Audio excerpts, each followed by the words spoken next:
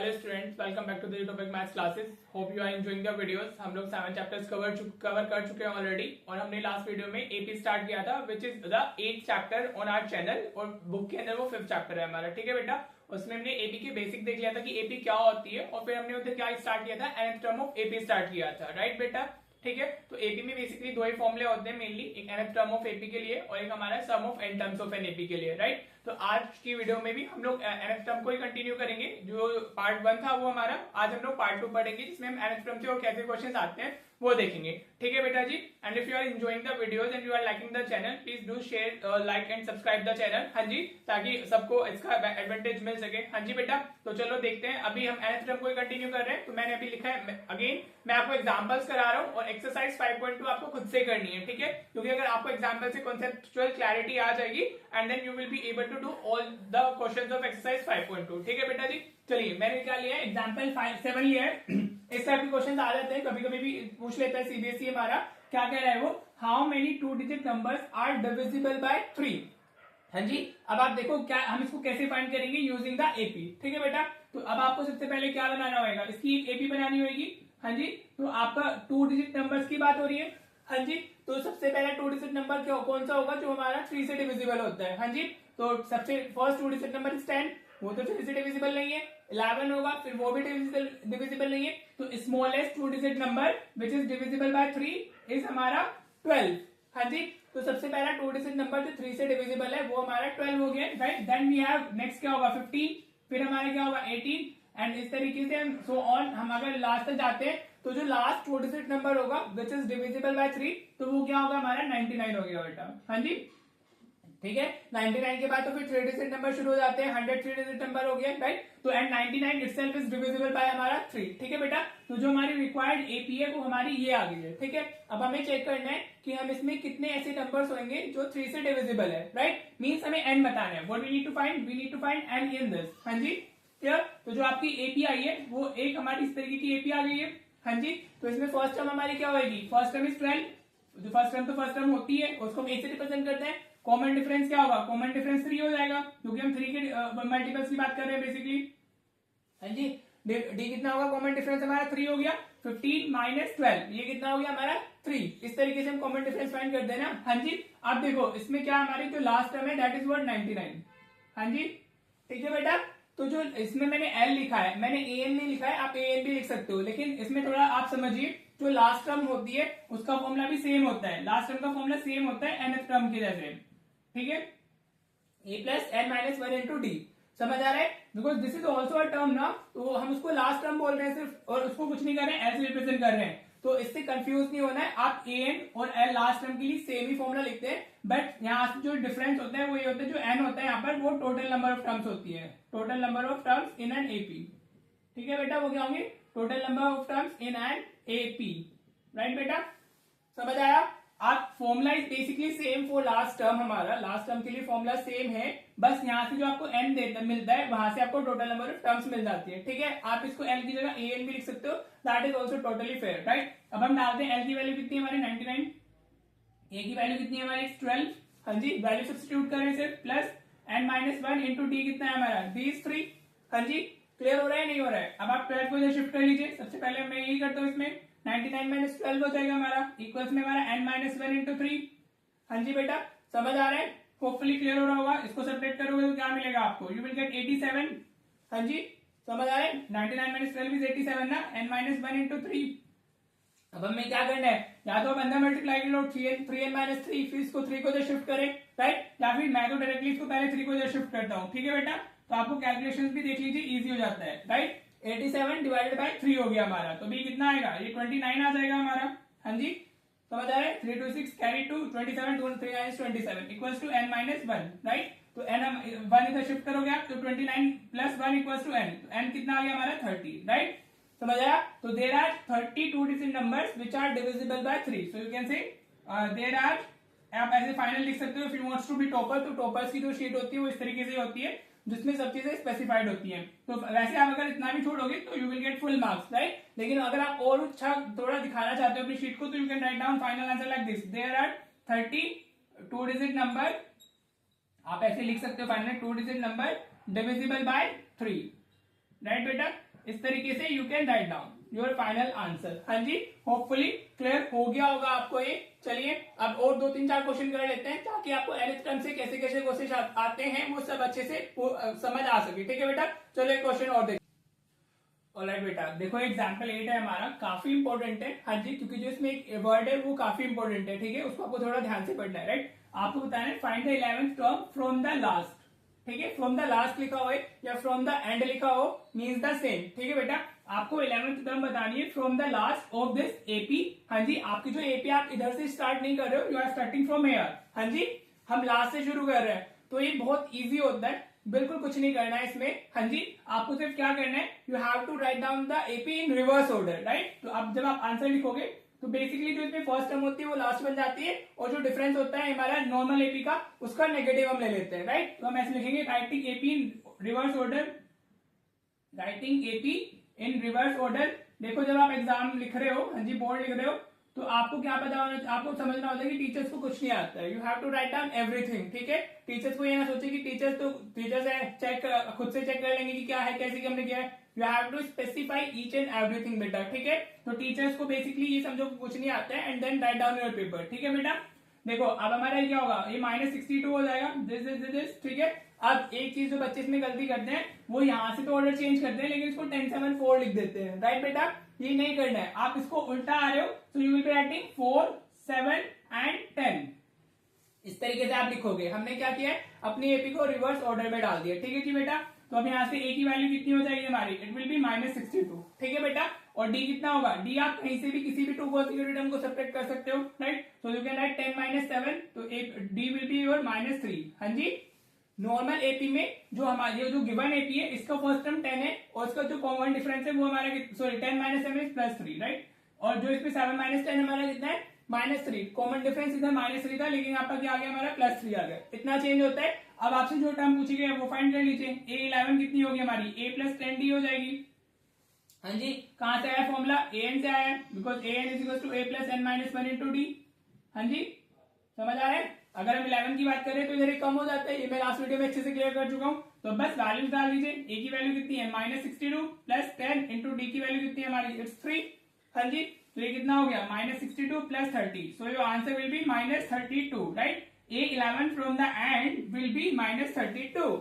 ठीक है बेटा जी, आप ऐसे लिख सकते हो। राइट, अगेन अगर लैंग्वेज में लिखना चाहो तो आप लिख सकते हो 11 टर्म फ्रॉम द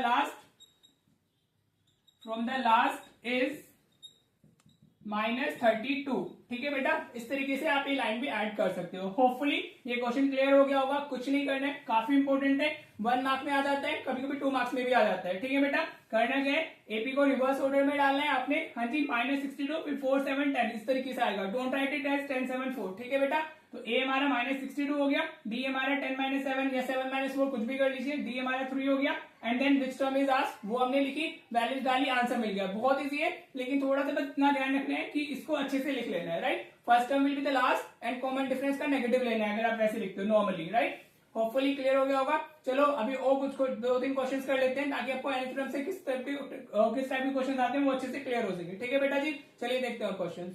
एग्जाम्पल 10 भी लिया है, एक हमारा वर्ड प्रॉब्लम है। हाँ जी, क्योंकि एपी से हमारी केस स्टडीज भी आती है तो उसमें वर्ड्स में लिखा होगा, तो आपको क्लियर होना चाहिए कि वो क्वेश्चन एपी का ही है और हम इसको एपी से ही करना है। राइट, तो if you read the question, in a flower bed means एक फ्लावर गार्डन है हमारा। हाँ जी, there are 23 rose plants in first row, उसमें से रोज बने हुए हैं। हाँ जी, उसमें 20 फर्स्ट रो में कितने हैं हमारे 23, 21 in the second, 19 in the third रो।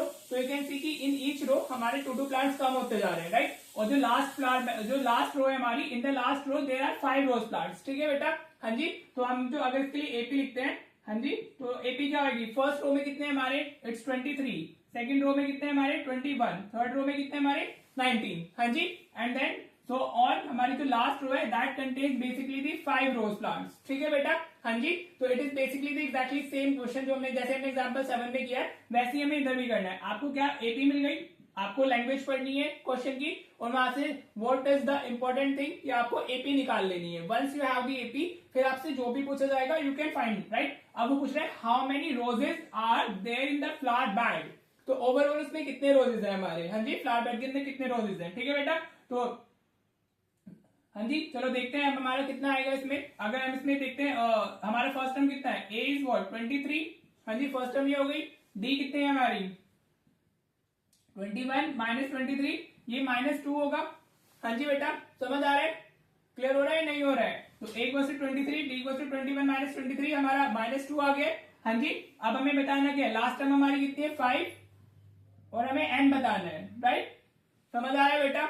हाँ जी, चलो अब हम इसमें अगर उसका लास्ट टर्म का भी फॉर्मूला हमने पढ़ाया था वो पढ़ते तो कितना मिलेगा हमें, a plus n minus 1 into D. हाँ जी, अब ये जैसे हमने जैसे एग्जाम्पल 7 में किया था वैसे ही करना है। तो l की वैल्यू कितनी है हमारी, इट्स 5, a हमारा कितना है 23 plus n minus 1 into D हमारा कितना है, इट्स -2। हाँ जी बेटा, वैल्यूज डालनी है, फिर तो कुछ बच नहीं जाता है। अब इसको तो शिफ्ट कर लीजिए। देखो एपी बहुत इजी है, एक बार आपको ये समझ आ जाए बस, ठीक है बेटा। अब इसको माइनस करोगे तो आपको -18 मिल जाएगा, n माइनस 1 इंटू -2, ठीक है। ये रोजेस नहीं होना चाहिए, ये हमारा how many rows are there, ये रोज होगा बेटा, ठीक है। रोजेस अगर हमें फाइंड करना फिर तो हमें सम फाइंड करना होगा, ठीक है बेटा। तो यहाँ पे रोज है, अभी हमें -2 इधर शिफ्ट करना है, -2 डिवाइडेड बाय -18 डिवाइडेड बाय -2, तो n माइनस 1 हमें कितना मिल जाएगा, it's 9 equals to n minus 1, तो इधर शिफ्ट होगा तो 9 प्लस 1 10 हो जाएगा, राइट बेटा। तो there are 10 rows in the flower bed, कितनी रोज हो गई, there are 10 rows in the flower bed, बस हो गया, क्वेश्चन खत्म, ठीक है बेटा। बहुत इजी है, राइट। ये क्वेश्चन जो हम कर रहे हैं, हाँ जी, यहाँ से देखो केस बेस्ड क्वेश्चन बन सकते हैं हमारे। हाँ जी, ये 2 मार्क का क्वेश्चन आ सकते हैं, 1 मार्कर्स भी आ सकते हैं। बाकी for conceptual clarity all these questions are very important, जो मैं आज की क्लास में डिस्कस कर रहा हूँ, ठीक है। तो होपफुली आपको सब चीजें क्लियर हो रही होंगी। अगर ये क्वेश्चन देखो, अगर वर्ड प्रॉब्लम आई है तो आपने क्या करना है, उसको रीड करना है अच्छे से, and then you have to write down the AP first. Once you have the AP तो फिर आप कुछ भी जो भी बोला गया इसको फाइंड कर सकते हो बेटा, ठीक है जी। होपफुली समझ आ रहा होगा। चलो और क्वेश्चन देखते हैं अभी। हाँ जी, तो बेटा देखो बेटा, एक क्वेश्चन लिया है मैंने, ये 2-3 बार हमारा सीबीएसई में पूछा गया है और इस पैटर्न पे क्वेश्चन पूछे जाते हैं, ठीक है।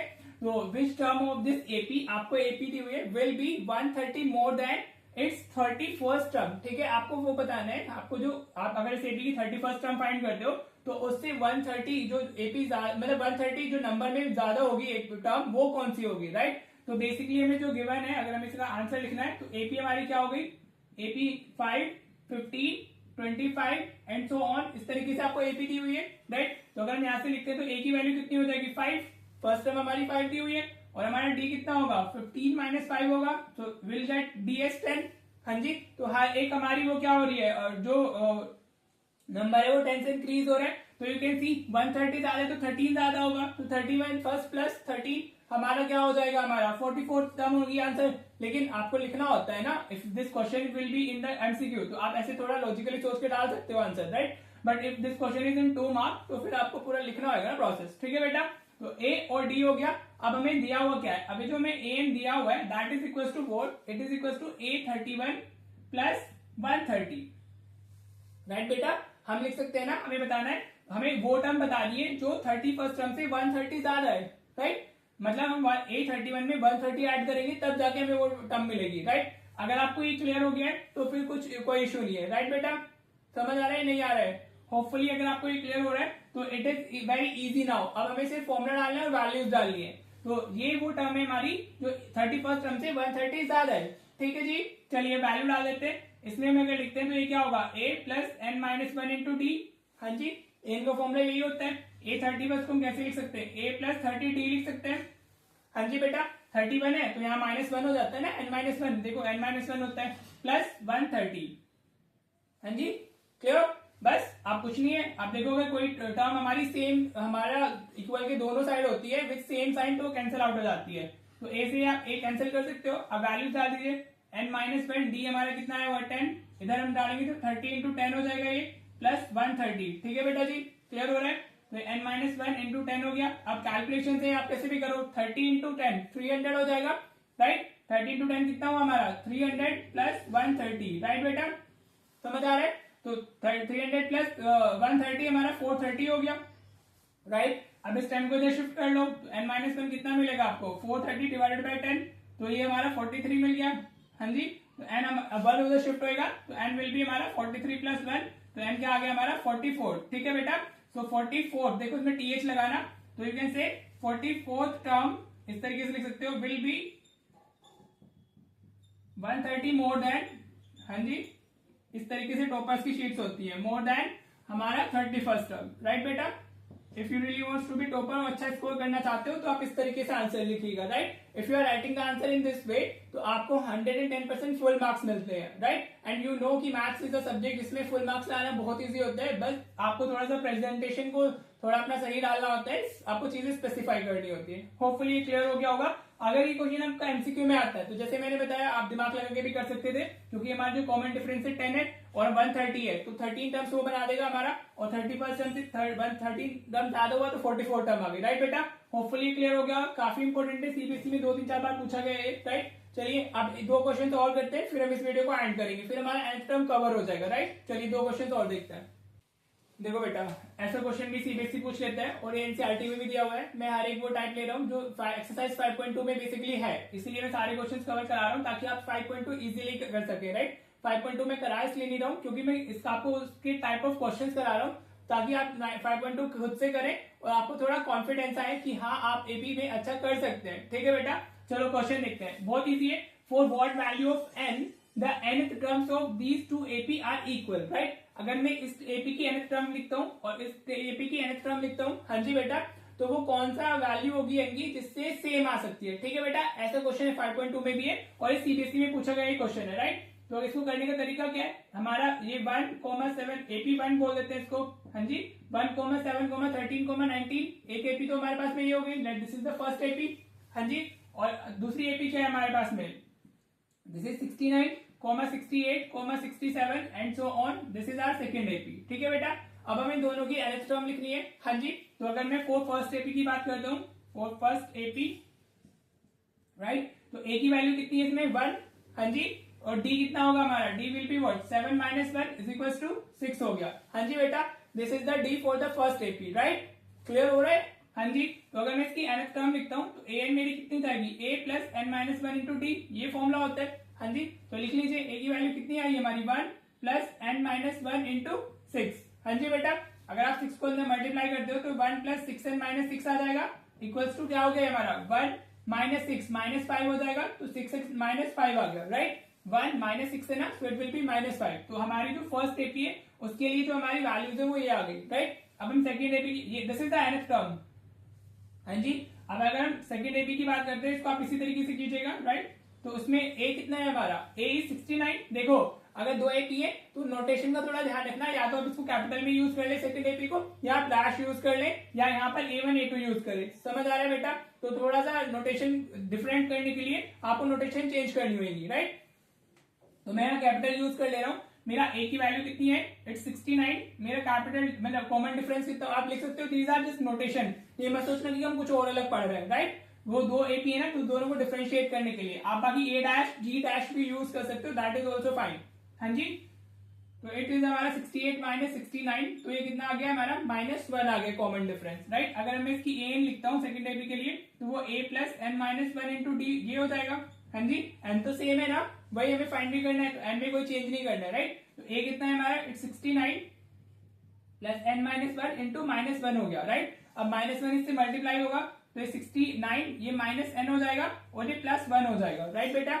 अब ये 69 प्लस 1 कितना हो गया 70 माइनस n आ गया, राइट। तो जो a n है हमारी, हाँ जी, वो क्या है, ये आई है फॉर सेकेंड एपी, राइट। अब हमें गिवन क्या है,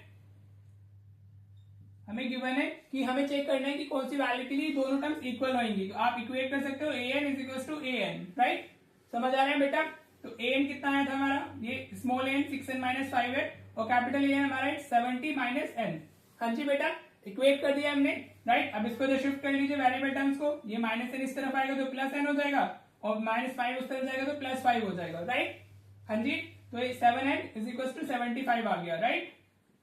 तो n कितना मिला हमें 75/7, राइट। अब 75 इज नॉट डिविजिबल बाय 7, तो हमारी कोई भी ऐसी टर्म नहीं होगी एपी में जो हमारी सेम होगी, इस एपी के अंदर या इस एपी के अंदर there is no term which will be same, right. N की वैल्यू ये हो नहीं सकती है ना हमारी, n should be a natural number, मैंने आपको लास्ट वीडियो में बताया था एन हमेशा नेचुरल नंबर से ही लेता है, राइट। तो यू कैन राइट डाउन कि देयर इज नो टर्म ठीक है, no term for which the nth term of both AP will be same, the nth term of both APs is same, right बेटा? So this should be your final answer, right बेटा? समझ आ गया? अगर ये divisible होता, हाँ जी, right, for example 70 आता है हमारा, so 70 is divisible by 7, तो 10th term of both AP will be same, वो सेम हो जाती है हमारी, समझ आ रहा है? अगर वो डिविजिबल नहीं है तो कोई टर्म नहीं होगी, अगर वो डिविजिबल है तो of course that will be your answer, समझ आ गया? So hope you will be able to do the हमारा क्वेश्चन जो हमारा एक्सरसाइज 5.2 में दिया हुआ है, राइट बेटा? चलो एक क्वेश्चन और करते हैं and then we will be ending this video. Maybe थोड़ा लॉन्ग हो गई है बट हमारा लॉन्ग हो सकती है लेकिन हमारा nth टर्म कंप्लीट हो जाएगा so that we can start sum of n terms in our next video, right बेटा? चलिए क्वेश्चन और देख लेते हैं।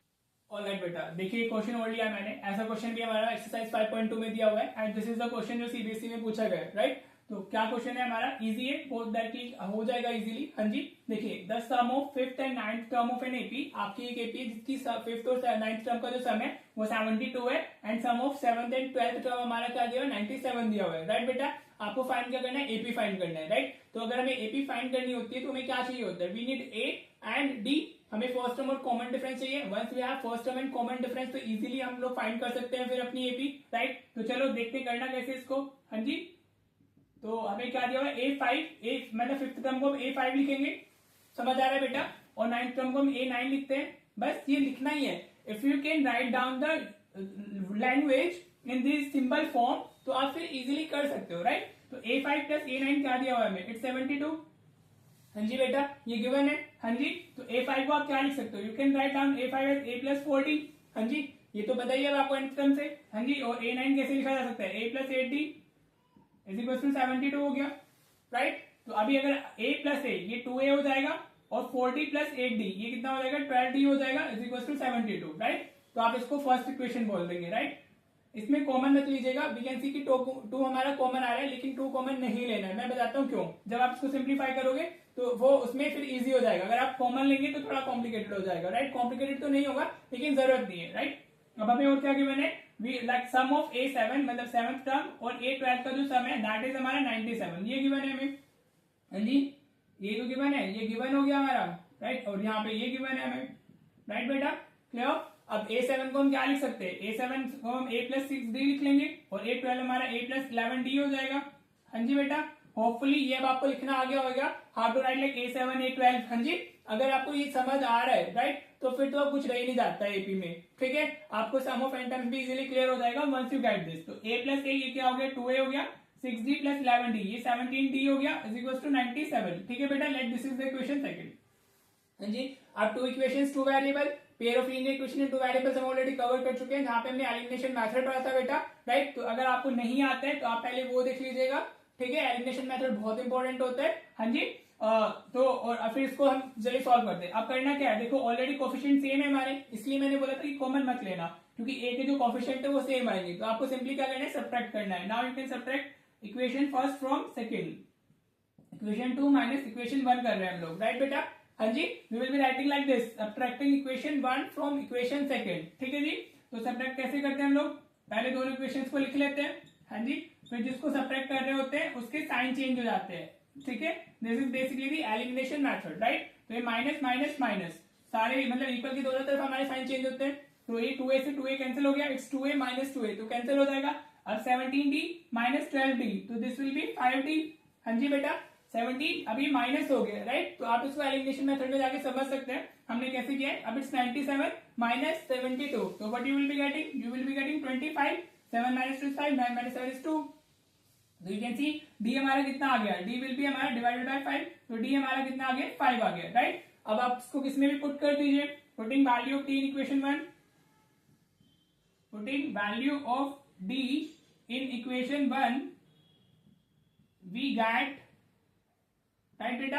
हाँ जी, तो फर्स्ट इक्वेशन क्या है हमारी? 2a प्लस ये d 12 इंटू डी, 12 इंटू 5 हो गया डी की वैल्यू इक्वल टू 72 है हमारा, ठीक है बेटा जी? समझ आ रहा है? तो this is 2a plus 12 into 5 60 हो गया इक्वल टू 72, राइट? हाँ जी, अब आप उसको उधर शिफ्ट कर दीजिए तो 2a कितना हो जाएगा? 72 माइनस 60 तो ये 2a कितना आ गया हमारा? This will be 12। हाँ जी, तो a हमारा कितना आ जाएगा? 6, ठीक है? आपको a मिल गया और d मिल गया, ठीक है बेटा? तो अब आप AP लिख सकते हो। The required AP is the required AP is, हाँ जी, ये तुमने लास्ट वीडियो में भी क्वेश्चन किया था।